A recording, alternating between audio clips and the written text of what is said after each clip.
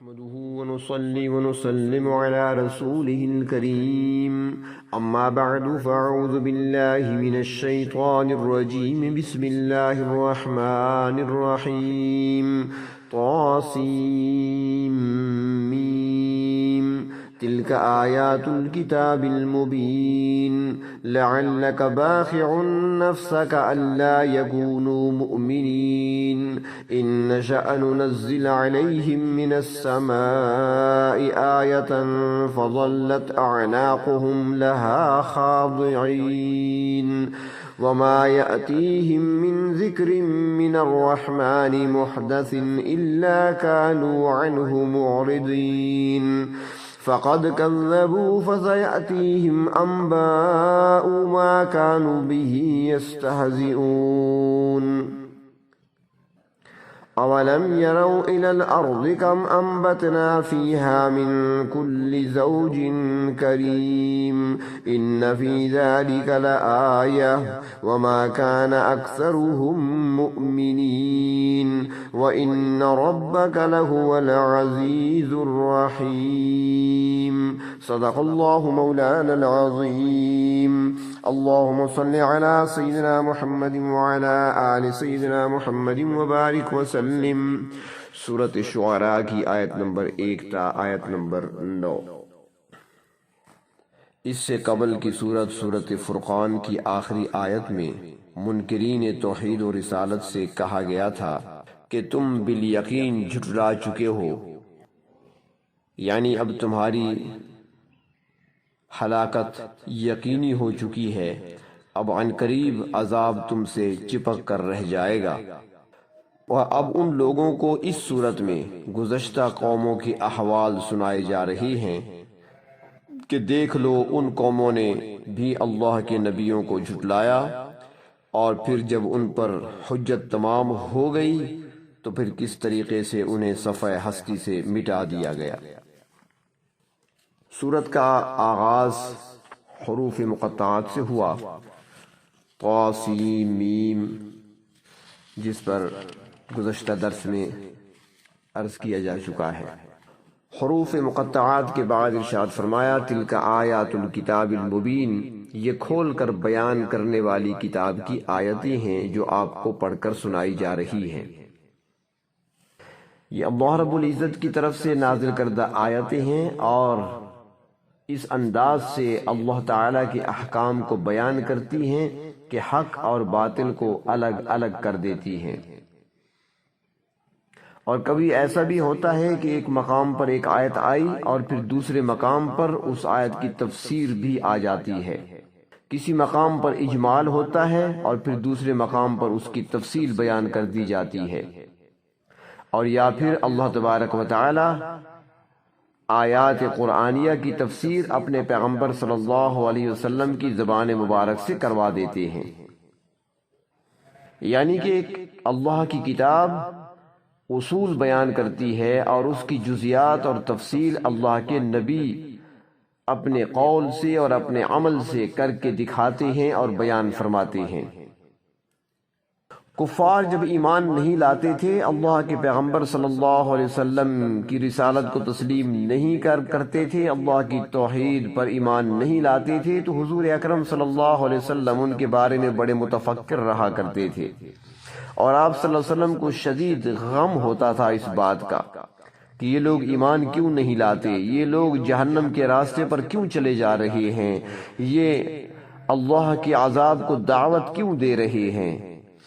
تو اللہ رب العزت نے اپنے محبوب صلی اللہ علیہ وسلم کو تسلی دیتے ہوئے یہاں پہ فرمایا کہ آپ اتنا غم نہ کریں، بلکہ اپنا فریضہ تبلیغ ادا کرتے جائیں اور پھر نتیجہ اللہ کی ذات پر چھوڑ دیں۔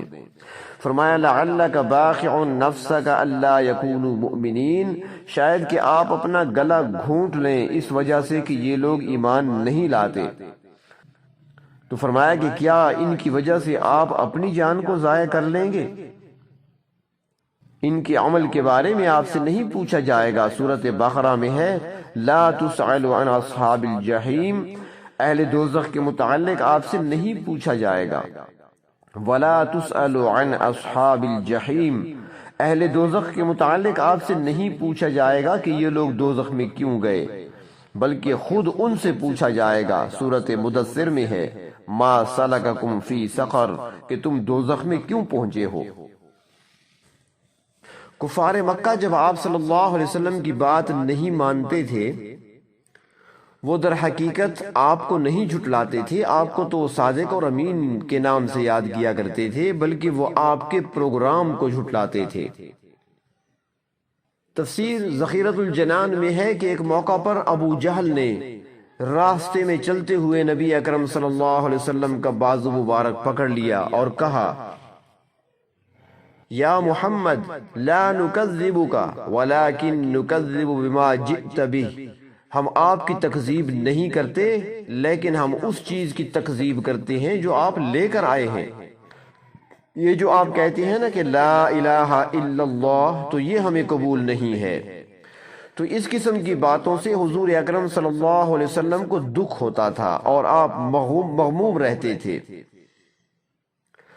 اور یہ تو سب جانتے ہی ہیں کہ غم انسان کو بوڑھا کر دیتا ہے، انسان کی جسمانی قوتیں جواب دے جاتی ہیں، انسان کمزور ہو جاتا ہے، اور یہی تو وجہ ہے کہ نبی اکرم صلی اللہ علیہ وسلم آخری دور میں نفل نماز بیٹھ کر پڑھا کرتے تھے، تو وہ کمزوری کی وجہ سے۔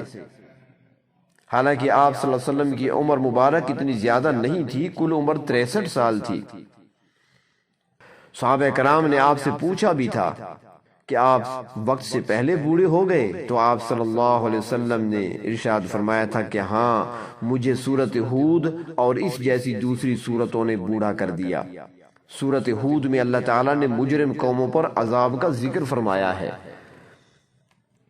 تو آپ جب یہ واقعات آپ پر، جب قرآن پاک کی یہ واقعات سورتوں کی صورت میں اور آیات کی صورت میں نازل ہوتے تھے، تو آپ صلی اللہ علیہ وسلم غمگین ہو جاتے تھے کہ اللہ رب العزت نے نافرمانوں کو کس طرح پکڑا اور کس طرح صفحہ ہستی سے ان کو مٹا دیا۔ تو آپ پریشان ہوتے کہ کہیں میری امت نہ پکڑی جائے۔ تو غم کی وجہ سے انسان کا جسم کمزور ہو جاتا ہے، اعضاء جواب دے جاتے ہیں۔ ذخیرۃ الجنان میں ہے کہ تاریخ کی کتابوں کے حوالے سے وہ فرماتے ہیں کہ ایران کے ایک بادشاہ کا جسم دن بدن موٹا ہوتا جا رہا تھا۔ بڑے ڈاکٹروں سے، بڑے حکیموں سے علاج کرایا، بڑے بڑے طبیب آئے، مگر فرق نہ پڑا۔ جوں جوں علاج ہوتا تھا جسم مزید پھیلتا جاتا تھا۔ کھانا بھی کم کیا گیا، غذائیں تبدیل کی گئیں، مگر اس کے موٹاپے میں کوئی کمی نہ آئی۔ ایک بوڑھا پرانا اور تجربہ کار حکیم کہیں سے آ نکلا اور اس نے کہا کہ بادشاہ سلامت کا علاج میں کروں گا۔ اس کے بعد پھر وہ کہنے لگا مجھے ذرا ستارے دیکھ لینے دیجیے، کیونکہ وہ حکیم بھی تھا اور نجومی بھی تھا۔ اس نے حساب کا ڈرامہ رچایا اور اس کے بعد کہنے لگا کہ بادشاہ سلامت کی عمر تو صرف 40 دن باقی ہے، 40 دن کے بعد تو یہ مر جائے گا۔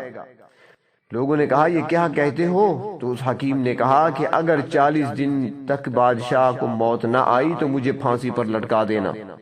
چنانچہ 40 دن گنتے رہے، گنتی ہوتی رہی۔ جب 40 دن پورے ہو گئے، بادشاہ تو نہ مارا، وہ زندہ تھا۔ تو بادشاہ نے کہا حکیم کو بلایا جائے۔ جب حکیم کو بلایا گیا، اس سے کہا تم نے تو کہا تھا کہ میں مر جاؤں گا، میں تو زندہ ہوں، میں تو نہیں مرا، تمہاری بات جھوٹی نکلی۔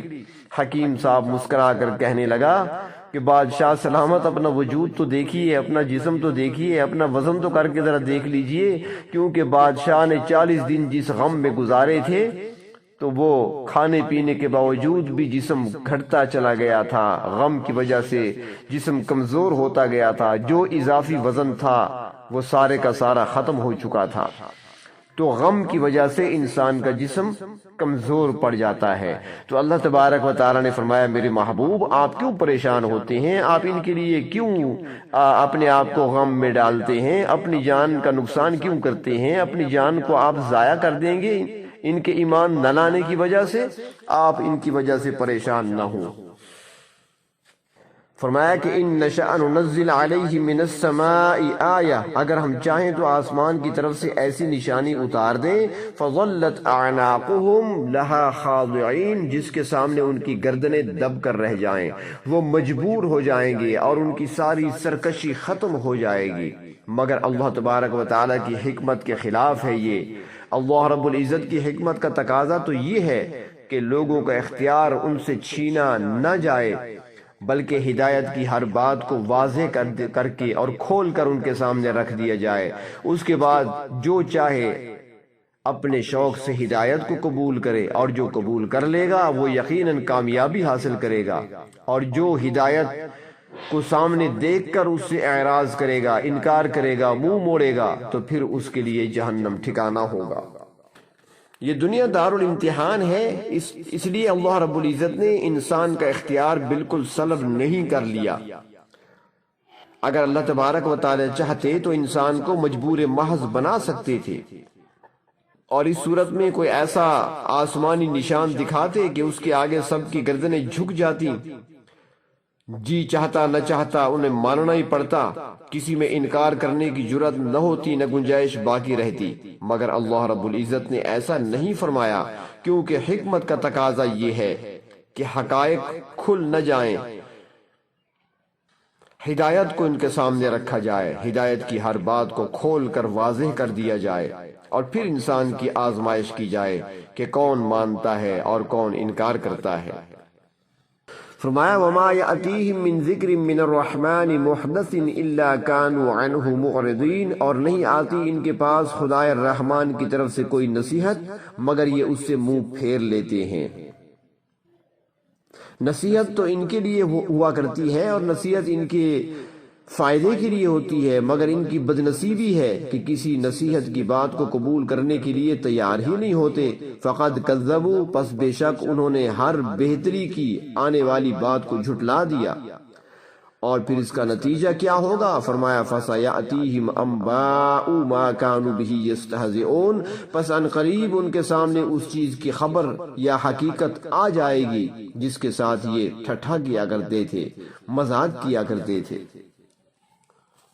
یہ مجرم لوگ جو جرم بھی کر رہے ہیں، جو زیادتیاں کر رہے ہیں، جو اللہ تبارک و تعالیٰ کی آیات اور اللہ تعالیٰ کی احکامات کی طرف منہ موڑے ہوئے ہیں، یہ سب کچھ ان کے سامنے آئے گا، اور پھر اس کا نتیجہ بھی ان کو بھگتنا پڑے گا۔ یہ لوگ جو اللہ کے احکام کے ساتھ، اللہ کے بھیجے ہوئے پیغمبروں کے ساتھ مذاق کرتے ہیں، جب حقیقت ان کے سامنے آئے گی پھر ان کو پتہ چل جائے گا کہ وہ دنیا میں کس راستے پر چل رہے تھے۔ وہ اس وقت پچھتائیں گے، مگر اس وقت کا پچھتانا کسی کام نہیں آئے گا، اور پھر انہیں اپنے کیے ہوئے اعمال کا بدلہ مل کر رہے گا۔ کفار و مشرکین ایمان لانے کے لیے شرط کے طور پر اکثر یہ بات کیا کرتے تھے کہ ہمارے پاس کوئی نشانی لے آئیں، یعنی اپنی طور پر وہ نشانیاں طلب کرتے تھے اور بیہودہ قسم کے سوال کیا کرتے تھے۔ تو اللہ تبارک و تعالیٰ نے ان کے اس بیہودہ مطالبے کا ذکر کرتے ہوئے فرمایا اَوَلَمْ يَرَوْا إِلَى الْأَرْضِ كَمْ أَنبَتْنَا فِيهَا مِنْ كُلِّ زَوْجٍ كَرِيمٍ، کیا انہوں نے زمین کی طرف نہیں دیکھا کہ ہم نے اس میں کتنی عمدہ قسم کی چیزیں اگائی ہیں؟ بھلا اس سے بڑا معجزہ کیا ہو سکتا ہے؟ اس سے بڑی نشانی کیا ہو سکتی ہے؟ کسی پودے کو دیکھ لیں، کسی پھلدار درخت پہ نگاہ ڈال لیں، پھولوں کی قسموں کو دیکھ لیں، پھولوں کی خوشبوؤں کو دیکھ لیں، پھولوں کے رنگوں کو دیکھ لیں۔ اللہ تبارک و تعالیٰ نے کس طریقے سے ان میں رنگ بھرے ہیں اور کس طریقے سے ان کے اندر خوشبوئیں سجا رکھی ہیں۔ بیج کی صورت میں اناج پیدا کر کے اللہ تبارک و تعالیٰ نے انسانوں کے لیے پیٹ بھرنے کا اور خوراک کا انتظام کس انداز سے کیا ہے۔ جانوروں کی خوراک کے لیے کس انداز سے اللہ رب العزت نے چارہ پیدا کیا ہے۔ زمین کے اندر ہی اللہ رب العزت نے اس قسم کی قوتیں رکھ دی ہیں کہ وہی زمین انسانوں کو غذا کے لیے غلے بھی دیتی ہے، تو وہی زمین جانوروں کے لیے چارے کا انتظام بھی کرتی ہے۔ اگر انسان تھوڑا غور و فکر کرے تو یہ ساری چیزیں اللہ تبارک و تعالیٰ کی قدرت، اللہ رب العزت کی وحدانیت کی سب سے بڑی دلیل ہیں۔ اگر بندہ ان میں غور و فکر کرے تو اپنے رب کو پہچان سکتا ہے، اور پھر اللہ کی وحدانیت پر ایمان لائے بغیر انسان کے لیے کوئی چارہ ہی نہیں ہوگا۔ مگر جو لوگ اپنے ضد پر قائم ہیں، متعصب ہیں، وہ اتنی کھلی اور واضح نشانیوں کو دیکھ کر بھی اللہ تبارک و تعالی کی وحدانیت کو تسلیم نہیں کر رہے۔ وہ اپنے ظلم اور ناانصافی کے راستے پر ہی ڈٹے ہوئے ہیں اور بیہودہ قسم کے مطالبات پیش کرتے رہتے ہیں۔ فرمایا ان فی ذلک لآیہ، بے شک ان مشاہدات یعنی زمین سے پیدا ہونے والی چیزوں میں نشانی ہے۔ فرماتے ہیں کہ وہ نشانی یہ ہے کہ جس نے یہ زمین ایسی سرسبز و شاداب بنائی ہے وہ لمحہ بھر میں اس کو ویران بھی کر سکتا ہے۔ معمولی سے زلزلہ آ جائے تو یہی زمین انسان کو بھی نگل جائے۔ زمین میں پانی خشک ہو جائے تو انسان زندہ کیسے رہ سکتا ہے؟ تو یہی زمین جس کی شادابی پر انسان کو ناز ہوتا ہے، یہی انسان کی ہلاکت کا سامان بھی بن سکتی ہے۔ تو فرمایا وما کان اکثرهم مؤمنین، کہ کفار و مشرکین کی اکثریت ایمان قبول کرنے سے قاصر ہے۔ ہر دور میں ایسا رہا ہے اور آج بھی دیکھا جا سکتا ہے کہ دنیا کی کل آبادی کا صرف 5واں یا 6واں حصہ ایسا ہے جو اللہ کی وحدانیت کو مانتے ہیں، باقی اکثریت کفر اور شرک کے اندر مبتلا ہے۔